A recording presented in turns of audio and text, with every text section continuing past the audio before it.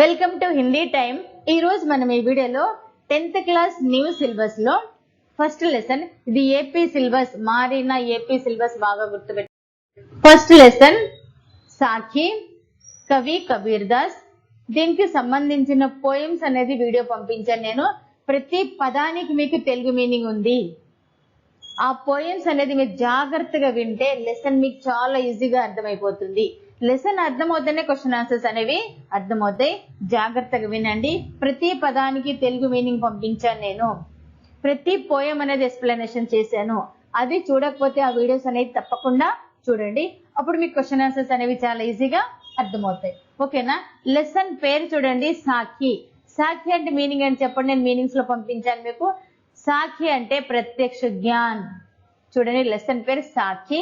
సాఖి అంటే ప్రత్యక్ష జ్ఞాన్, అంటే కళ్ళతో చూసినది అని. ఓకేనా? ప్రశ్న ఉత్తరు పార్ట్ 1, క్వశ్చన్ ఆన్సర్స్ లో ఇది పార్ట్ 1 వీడియో. క్వశ్చన్ చూడండి. मीठी वाणी बोलने से औरों को सुख और अपना तन को शीतलता कैसे प्राप्त होती है?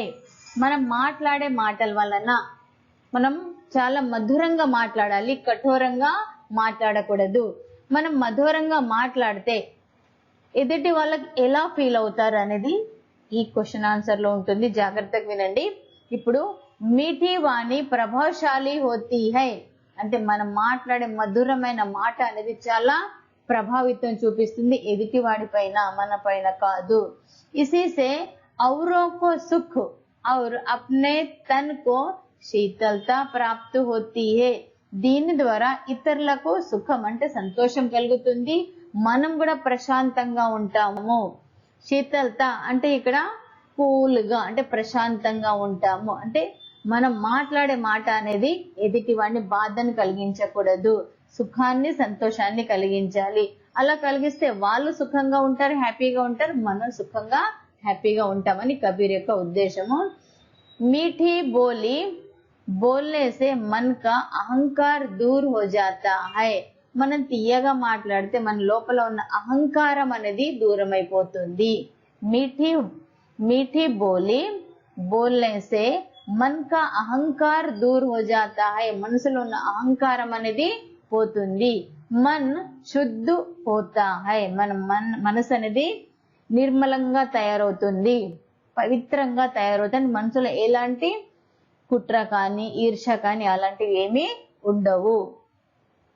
సున్నే వాలా సుఖీ ఔరు ప్రసన్న హోతే హై. సున్నే వాలే అంటే ఎవరైతే వింటున్నారో వాళ్ళు సుఖంగా సంతోషంగా ఉంటారు. మన మాటల ద్వారా చూడండి, మన మాట ఎదుటి వాడిని సంతోషాన్ని కలిగిస్తుంది, ఎదుటి వాడిని బాధని కలిగిస్తుంది. అంటే కబీర్ దాస్ ఏం చెప్తున్నాడంటే మన మాటల వలన ఎదుటి వాడిని సుఖాన్ని కలిగించాలి కానీ దుఃఖాన్ని కానీ బాధని కానీ కలిగించకూడదు.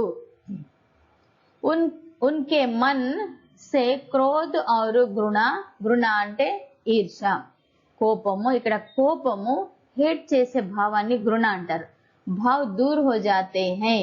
ఉన్కే మన్ కే, ఉన్కే మన్ సే అంటే ఎదుటి వాళ్ళు మనసులో ఉన్న క్రోధ్ అంటే కోపము, గుణ అంటే హేట్ చేసే భావము, దూర్ హో జాతే హై దూరం అయిపోతాయి.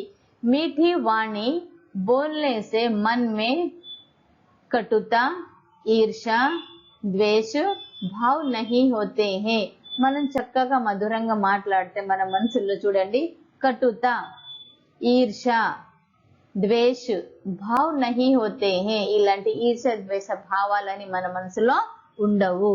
ఇస్లియే మీఠీ బోలి బోల్నీ చాహియే. అందుకనే మనం మాటలు అనేవి మధురంగా మాట్లాడాలి, చాలా సున్నితంగా మాట్లాడాలి. మన మాటల ద్వారా ఎదుటి వాడి యొక్క మనసు అనేది నొప్పించకూడదు. అలా నొప్పించకుండా ఉంటే వాళ్ళు సంతోషంగా ఉంటారు, మనం సంతోషంగా ఉంటామని కబీర్ దాస్ చెప్తున్నాడు. మళ్ళీ చూడండి, ఎక్స్ప్లెయిన్ చేస్తున్నాను. మీఠీ వాణి ప్రభావశాలి హోతీ హై. మీఠీ అంటే మధురమైన మాట అనేది చాలా ప్రభావాన్ని చూపిస్తుంది. ఇసీసే ఔరోं को सुख. దీని ద్వారా ఎదుటి వాళ్ళకు సుఖము. ఔరు అప్నే తన్ కో అంటే మన శరీరము అంటే ఇక్కడ మన మనసు. శీతల్ ప్రాప్త హోతా హై. శీతలత ప్రాప్తు హోతీ హై అంటే కూల్ ప్రశాంతత అనేది పొందుతాము మనము. ఎదుటి వాళ్ళకి సుఖాన్ని కలిగిస్తాము, మనం కూడా పీస్ఫుల్ గా ఉంటాము అని. మీఠీ బోలి బోల్నే సే మన్ కా అహంకార్ దూర్ హో జాతా హై. మనం మధురంగా మాట్లాడితే మన మనసు లోపల ఉన్న అహంకారం అనేది దూరం అవుతుంది. మన్ శుద్ధు హోతా హై, మనసు అనేది పవిత్రంగా నిర్మలంగా అవుతుంది.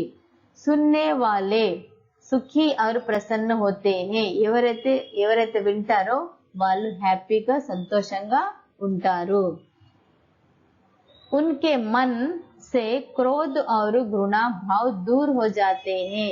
విన్న వాళ్ళ మనసులో ఒకవేళ కోపం ఉన్నా, మనం అంటే హేట్ అని భావం ఉన్నది, ఆ భావాలని దూరమైపోతాయి. మీఠీ వాణి बोलने से मन में कटुता ईर्ष्या द्वेष भाव नहीं होते हैं. మనం మాట్లాడే మాట వలన ఎదుటి వాళ్ళ మనసులో ఉన్న ఈర్ష్య ద్వేషాలు అనేవి ఉండవు. అంటే మన మాట ఎదుటి వాడిని శత్రువు చేస్తుంది, మన మాట ఎదుటి వాడిని మిత్రువుగా చేస్తుంది. అంటే మన మాటల ద్వారా ఎదుటి వాడిని మిత్రులుగా తయారు చేసుకోవాలని కబీర్ దాస్ యొక్క ఉద్దేశము. ఇస్లియే మీఠీ బోలి బోల్నీ చాహియే, అందుకని మనం మధురంగా మాట్లాడాలి. నెక్స్ట్ చూడండి, ఇక్కడ మీకు తెలుగులో కూడా ఉంది. మధుర వాకాలను మాట్లాడడం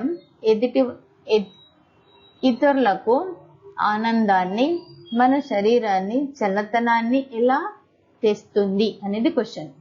మధుర వాక్ అంటే మాట, ప్రభావవంతమైనది, చాలా ప్రభావవంతమైనది.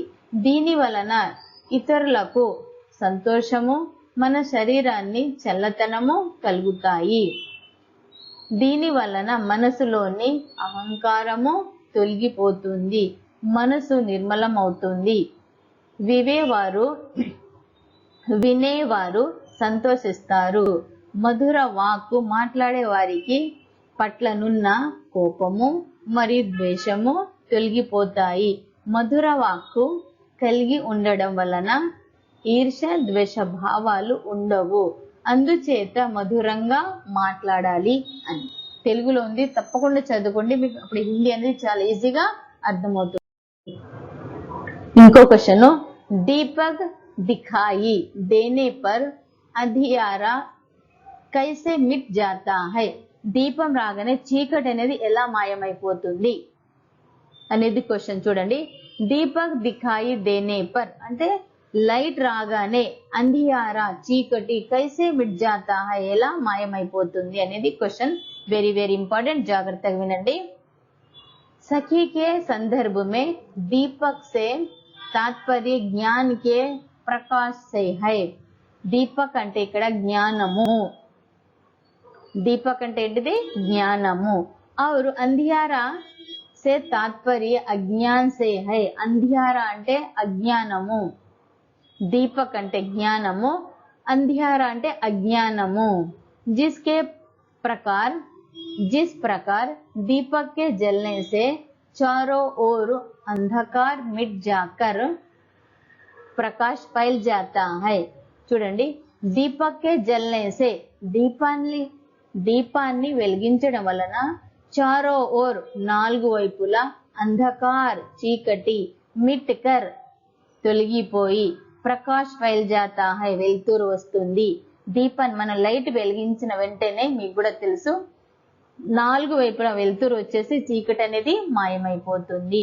ఉసీ ప్రకార్ అదే విధంగా హృదయ మే జ్ఞాన్ రూపీ దీపక్ జలానే సే అజ్ఞాన్ రూపీ అంధకార్ మిట్ జాతా హై. అదే విధంగా మన మనసులో జ్ఞానాన్ని కలిగించుకుంటే అజ్ఞానం అనేది దూరం అయిపోతుంది. మన్ కే సారే వికార్ మిట్ జాతే హై. మనసులో ఉన్న చాలా కుభావనాలు అనేవి తొలగిపోతాయి. అంటే మూఢనమ్మకాలు కానీ ఈర్ష్య ద్వేష భావాలు కానీ తొలగిపోతాయి. మళ్ళీ చదువుతున్న వినండి. दीपक दिखाई देने पर अंधियारा कैसे मिट जाता है. లైట్ రాగానే చీకటి అనేది ఎలా పోతుంది అనేది క్వశ్చన్. ఆన్సర్ చూడండి.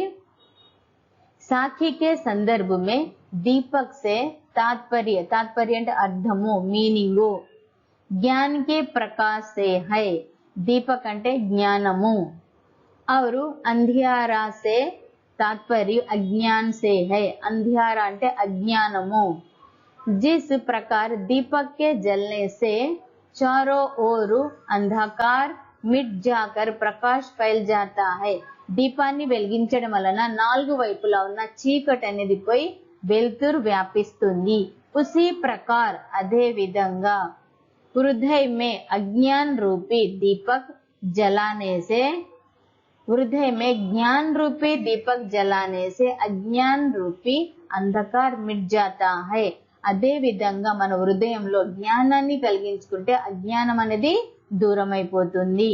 मन के सारे विकार मिट जाते हैं। మనసులో ఉన్న కుభావనాలు అంటే ఈర్ష్య ద్వేషాలు అన్నీ కూడా పోతాయి। చూడండి, ఇందులో ఏదైనా మీకు డౌట్ ఉందంటే నాకు కంపల్సరీ కామెంట్ బాక్స్ లో కామెంట్ చేయండి। మీకు డౌట్ ఉన్నది నేను తప్పకుండా క్లియర్ చేస్తాను, ఓకేనా? తెలుగులో చూడండి, దీపం వల్ల చీకట్లు ఎలా తొలగిపోతాయి? దీపం అనగా జ్ఞాన కాంతి, చీకటి అనగా అజ్ఞానం అని అర్థము। దీపం వెలిగిస్తే చుట్టూ చీకటి మాయమైపోతుంది। వెలుగు ఎలా ప్రసరిస్తాయో అలాగే హృదయంలోని జ్ఞాన దీపాలు వెలగడం వలన అజ్ఞానం అనే అంధకారము తొలగిపోతుంది। మనసులోని రుగ్మతలన్నీ తొలగిపోతాయి। చూడండి, ఈ తెలుగులో ఉన్నది కూడా చదువుకోండి, మీకు అప్పుడు ఈజీగా అర్థమవుతుంది, ఓకేనా? వీడియో లైక్ చేయండి, షేర్ చేయండి। మీకు ఏమైనా డౌట్స్ ఉంటే కామెంట్ బాక్స్ లో కామెంట్ చేయండి। ఒకవేళ మీరు స్పోకెన్ హిందీ నేర్చుకునే వాళ్ళు ఉంటే, మీకు తెలిసిన వాళ్ళు ఎవరైనా సరే 10th క్లాస్ చదువుతున్నారంటే తప్పకుండా వాళ్ళని వీడియోని పంపించండి, ఓకేనా? మీ ఫ్రెండ్స్ కి కూడా వీడియో పంపించండి। మీకు ఎలాంటి డౌట్స్ ఉంటే కామెంట్ బాక్స్ లో తప్పకుండా కామెంట్ చేయండి, ఓకేనా? చూస్తూనే ఉండండి హిందీ టైం। Thank you.